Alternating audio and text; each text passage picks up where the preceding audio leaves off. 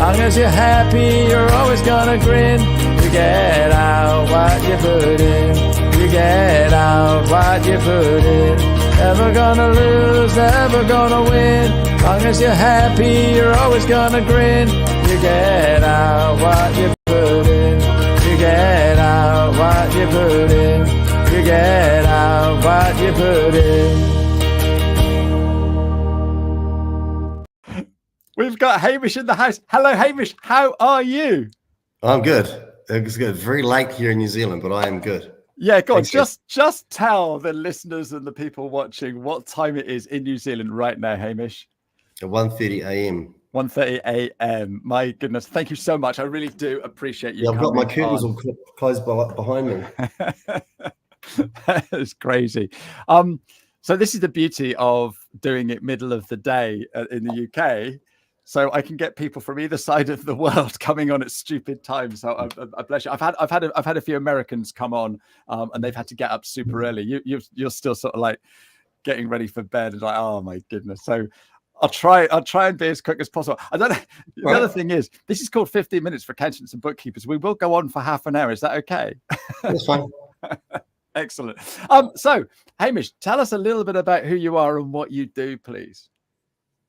Oh, yeah, sure. I'm Hamish Edwards. I live in New Zealand. I co-founded Xero with Rod Drury, which is a fairly well-known online accounting solution, which had a slightly unique strategy in that it sort of focused on the accountants and bookkeepers as opposed to the small business owners. Otherwise, not really a lot else to say. That's the main thing people sort of know me for.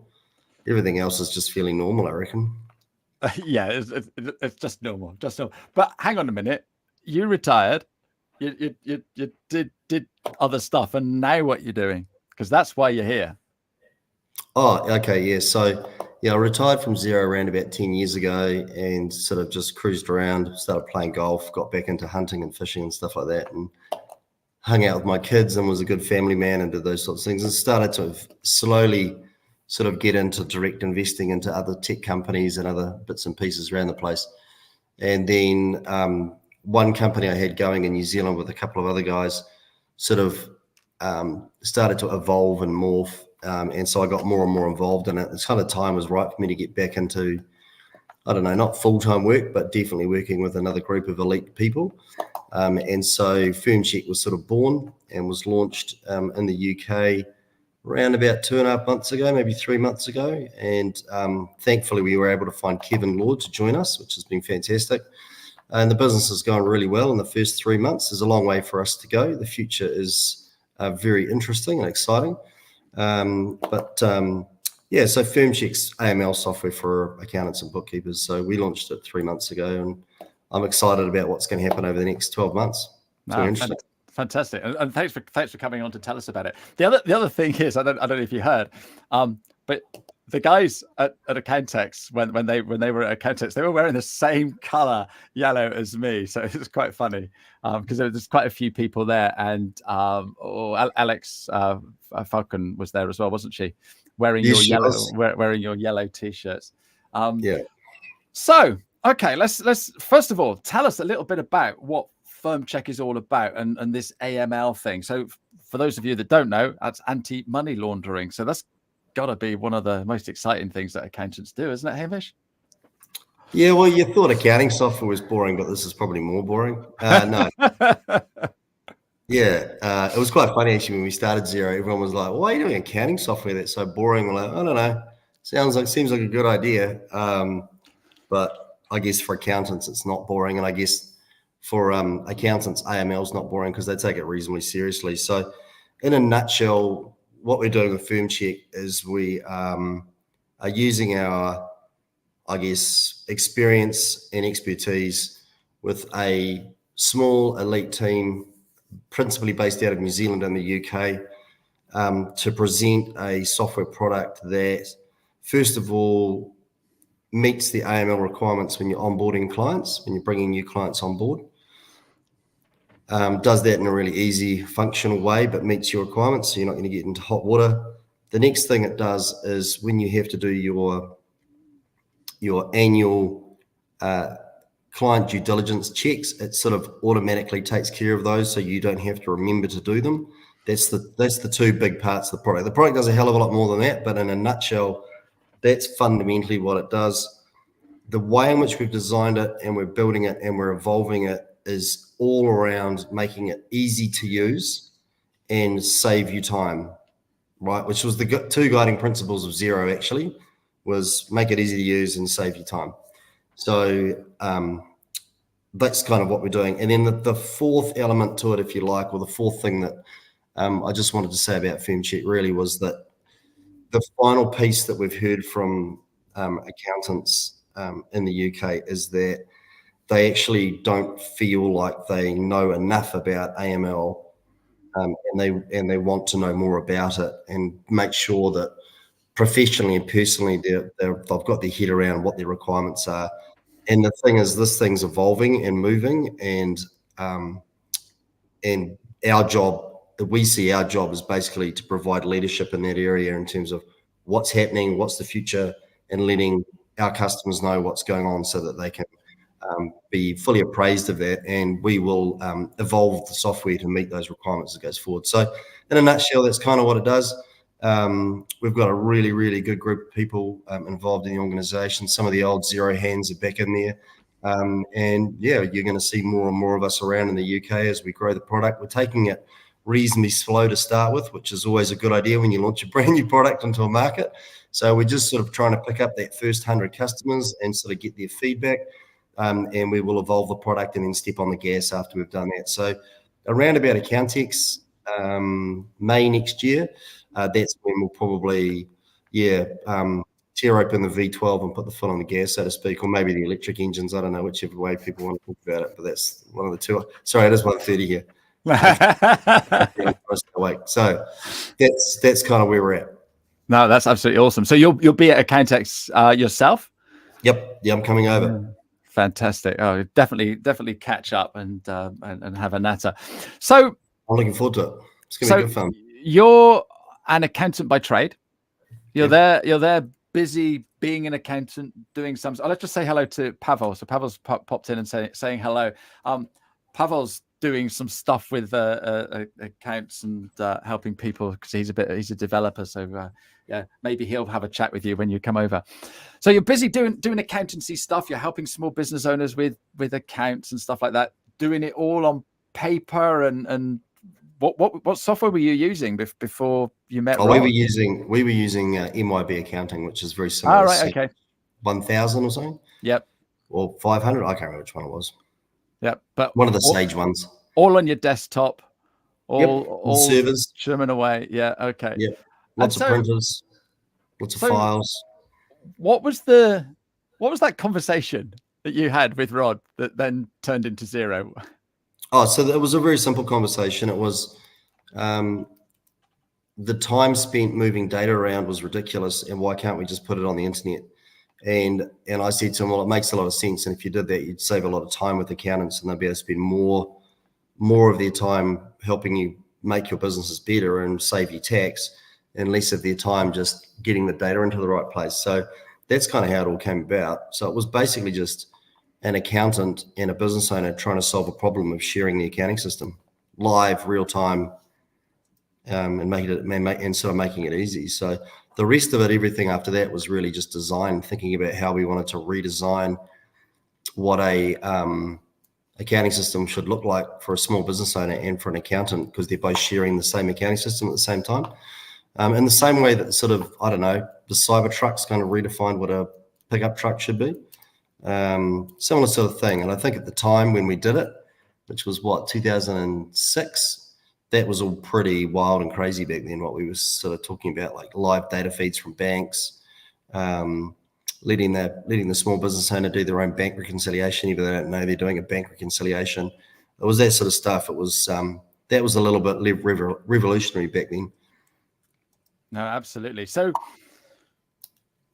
you got this software, you built it. So it was just you and Rod using it, or did you have a couple of customers now? Yes, I know when he did the first version, he built it actually himself. He built a first version, and then when at the same time, he was getting into another business called Aftermail, but let's not go down that rabbit hole. But he was doing something else. My accounting firm was exploding, going really, really well. And so it wasn't until sort of a couple of years after we sort of dabbled with the first version of Xero before we actually decided to do it and do it seriously. And when I say do it seriously, like go public, raise a shit ton of money, hire a bunch of people and really go after the market. And be international from day one, which is why we went to the UK so fast.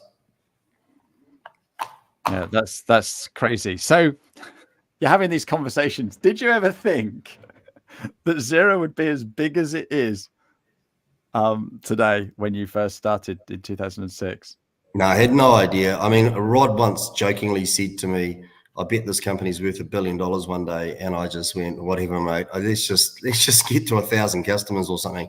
It was something like that. Let's just get to the next step. And I remember just recently the Xero results came out and Gary Turner contacted me and said, hey, Hamish, you're not going to believe it, but we're at 1 million subscribers just in the UK.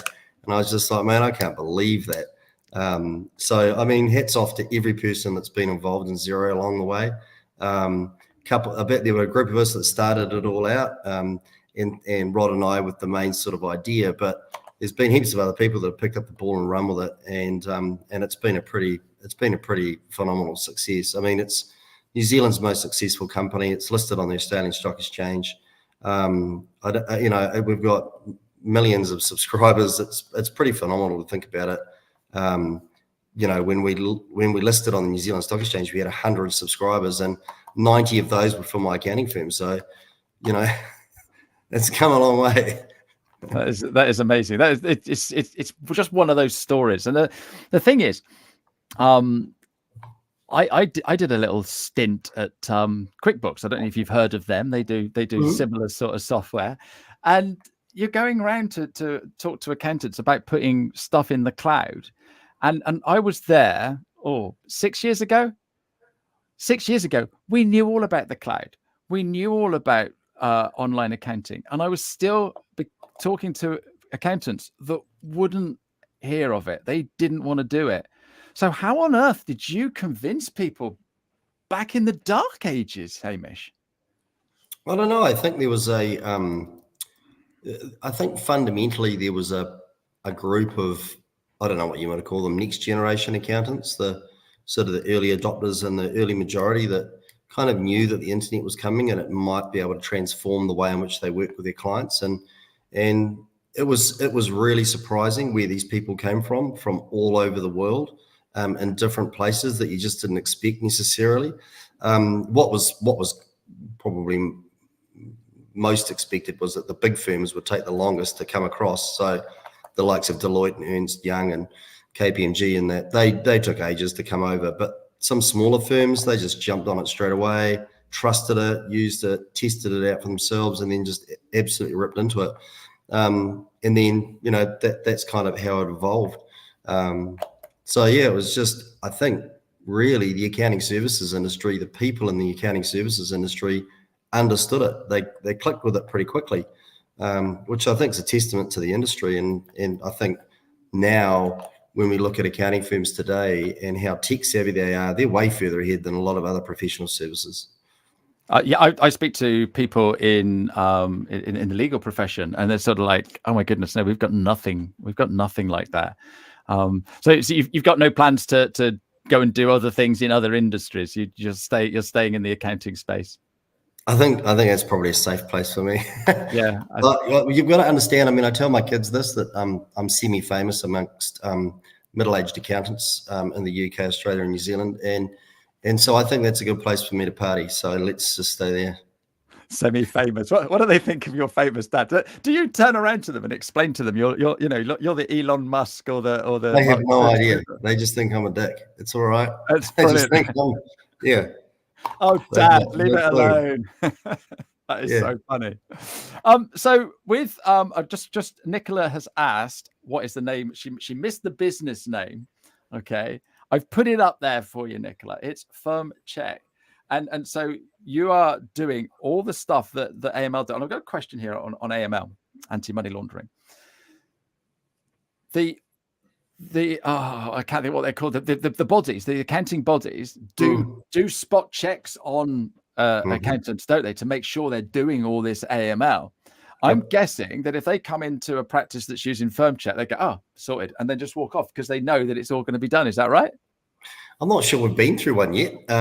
I don't know. Probably have to ask Kevin that question, whether or not any of our customers have been through a check and had the big tick.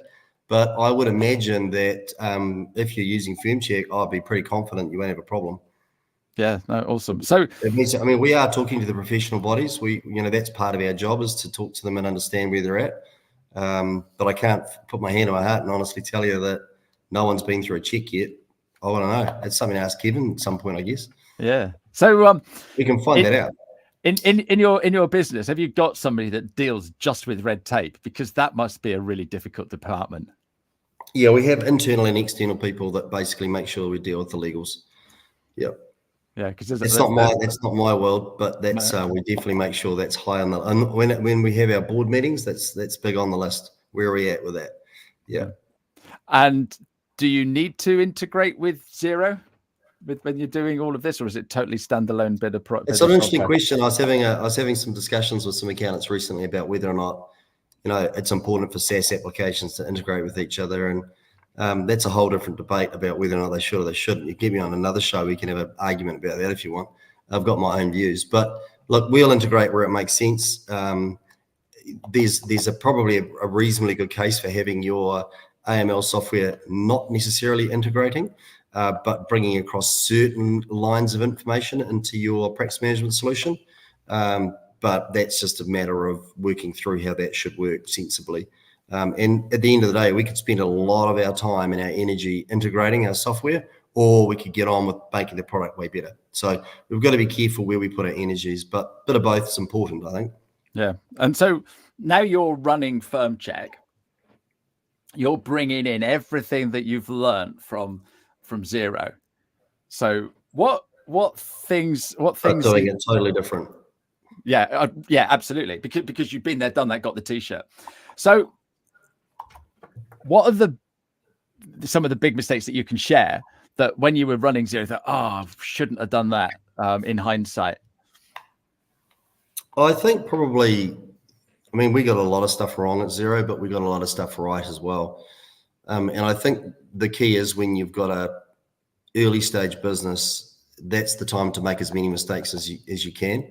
So try stuff. If it works, don't do it anymore. If it doesn't work, don't do it anymore. If it does work, keep doing it, and just evolve, and just see what sticks. So, in terms of the things that we probably didn't do as well as we could have, it was difficult because from my perspective, it was about winning the trust and the loyalty of the accounting industry, and you can't force that. You've got to give everybody their time to understand what you're talking about. Back then, we were talking about what is a browser? How does a browser work? How does the security work? Where's the data? People used to ask me, well, if I put a whole lot of data on my computer, does it make it weigh more or not? And it's just like, well, no, that's not kind of how data works, But accountants back there, they didn't really, people just didn't really know. And so there was a big process we had to go through around just educating what the internet was. And for me, I was part of that journey too, because I wasn't an internet entrepreneur until I started Xero. I was just a chartered accountant helping people pay less tax to the government, and trying to help my business owners, clients, make more money and be more successful. So I had to learn through all that process as well. So it's an interesting world. You can't force it, and it needs to take time. The problem with that and with software as a service is that you have a lot of costs up front, and then the revenue sort of tails off and comes in the future. But that's just what you have to do. I don't necessarily that's a problem, but it just means you have to raise a lot of capital.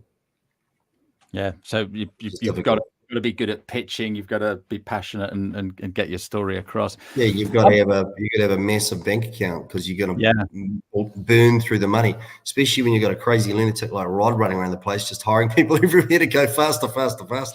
So, which was all good, but we had to try and keep up. That guy just moves at 1,000,000 miles an hour, So you're running this accountancy practice, all right, and now you've got this software side hustle. When does the side hustle become the monster and the accounting practice becomes the side hustle? And then did you turn around and walk away from the accounting practice, or did you still? Eventually I did. Yeah, so what happened was, I think it was around about 3 or 4 months before we listed on the stock exchange, I officially went full time on Xero. So up until then, I was sort of semi part time on Xero and part time on my accounting firm, but we were still doing mad hours. All the early guys, the first probably 10 of us, were doing 12, 14-hour days, 7 days a week for the first year. But that's just kind of what you did back then. That's how it rolled. I think Rod and I went full time with about 4 months to go before we listed on the stock exchange, because I think at that point we kind of had to be full time. Otherwise, it would be, you can't have a publicly listed company and not have the two guys that started it not be full time on the job. It's still a side hustle. It's fine. Wouldn't make sense. So because that's what we do, though, isn't it? We're in a job, we're running a business or what have you, and we have a little side hustle. And I talk to lots of business owners that have got a side hustle. And I also talk to quite a few, and I've had them on my show, Hamish, accountants that have started a software business. Yeah. So any accountants listening now that they're building a little bit of a software package, what's some top advice you could give them? Well, I mean, you've got Guy Pearson, you've got Richard Francis. These are all people I knew that were accountants before they became software guys. Software is an interesting world. It requires a really good group of people, and I think you've got to try and hire and get the best possible people around you. And then you've got to get them to stay. Don't let them leave. So you got to pay them well, look after them, make sure that what they're doing is challenging and interesting to them. I guess the other thing is you've got to get capital. Software is not for the faint-hearted. It is expensive. So don't be shy to raise capital, and don't be shy to give up a piece of the pie to get a bigger pie. That's the world that's the world I know of software, in terms of software as a service, which can be different from other software organizations. But sure. But that makes a lot of sense. But the thing is, as an accountant, you're sort of like, I want to be in control and stuff like that. So you're saying get lots of other people involved that do that. I'm gonna have to talk about parties. Who came up with the idea of XeroCon? That's definitely a right idea. Oh, that was genius. What we didn't know was how crazy accountants would go when they got pissed. Look, we had an idea, but it got loose, man. So I've been working in the accounting space for 16 years. I started working at Digita, selling software to accountants for compliance, and I meet lots of people, socially, and so, what do you do? And I do this, and I work with accountants, and everyone says, oh, what really? How boring is that? They don't know the true story, do they, Hamish? They're just the second Xero conference we had, which wasn't called XeroCon back then. It was just I think it was just like our top 50 accounting firms all got invited to a party, and I think about midnight, literally everybody jumped in the pool at Wairiki. It was bananas in their clothes. It was a cool night. One of those nights that you'll never forget. But and I think the conferences after that just got bigger and bigger and bigger until we couldn't even hold them in New Zealand anymore. So we moved them to Australia, and then the UK got big enough to host its own one. And so, they just got tremendously large. I think one of the cool things that was good about what we were trying to do was we were trying to recognize accounting firms in terms of them running their own businesses. And I don't think anyone had ever done that before. So we had things like marketing program of the year.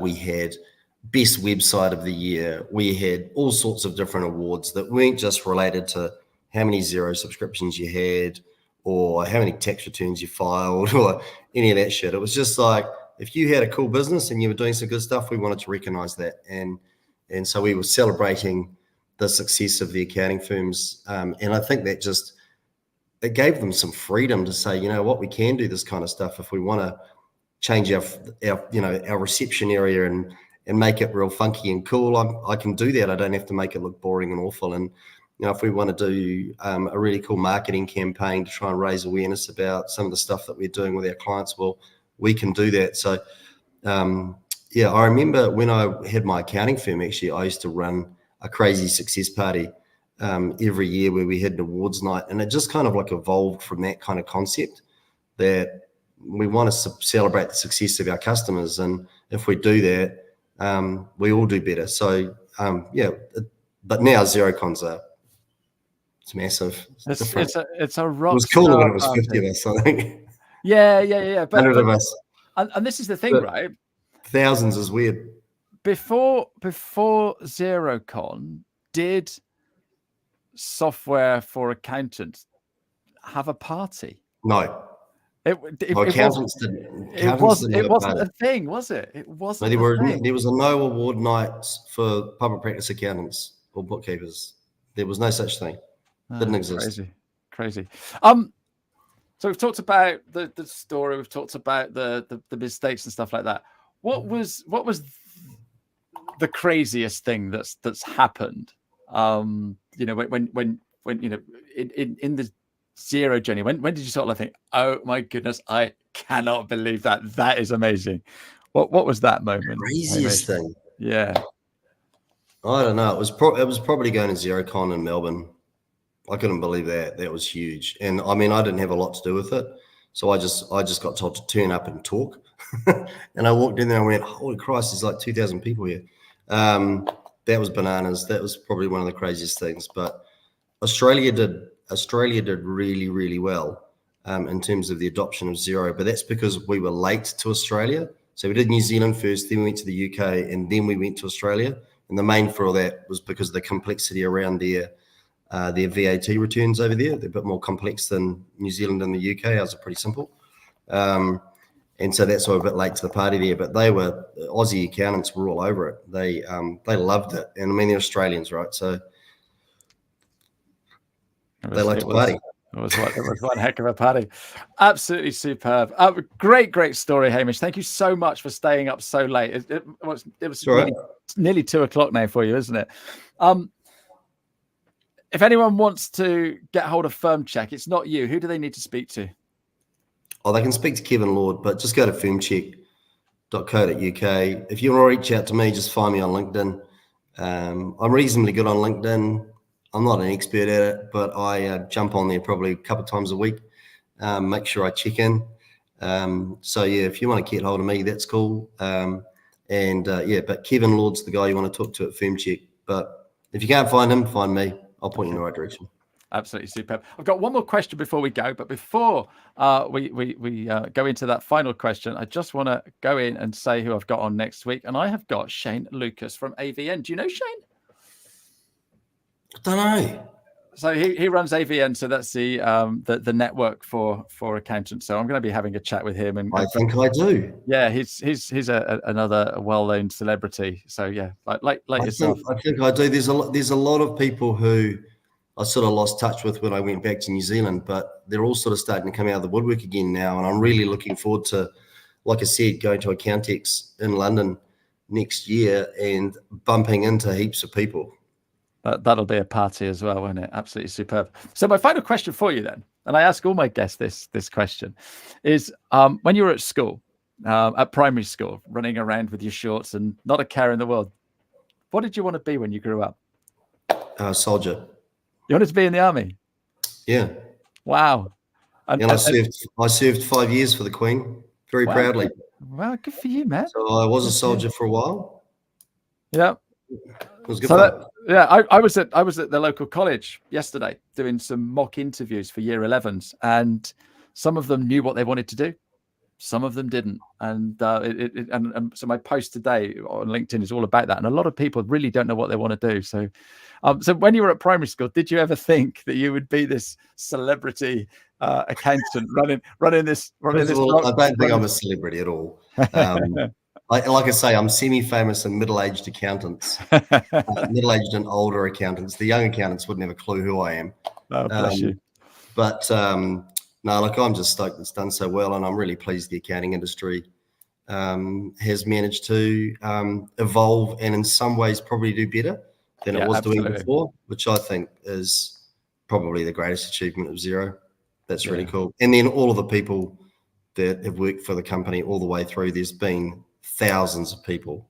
So it's been pretty remarkable. From 2 guys with an idea to founding the company with 6 of us to going through to whatever we've got now, pretty unreal. Yeah, that's an amazing story. I just wish America would wake up and get on with it. Hey, they seem to be dragging behind everyone else. It's their loss. It's their loss. They're shockers with technology, Americans. They're weird. Yeah. They think they're all techo, but you get over there and they're not.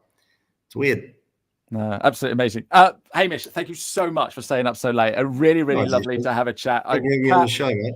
Can't wait to meet you at Cantex, and I'll let you go to bed now. So thanks ever so much indeed. Cheerio. Thanks, mate. See you, buddy. You get out what you put in. Never gonna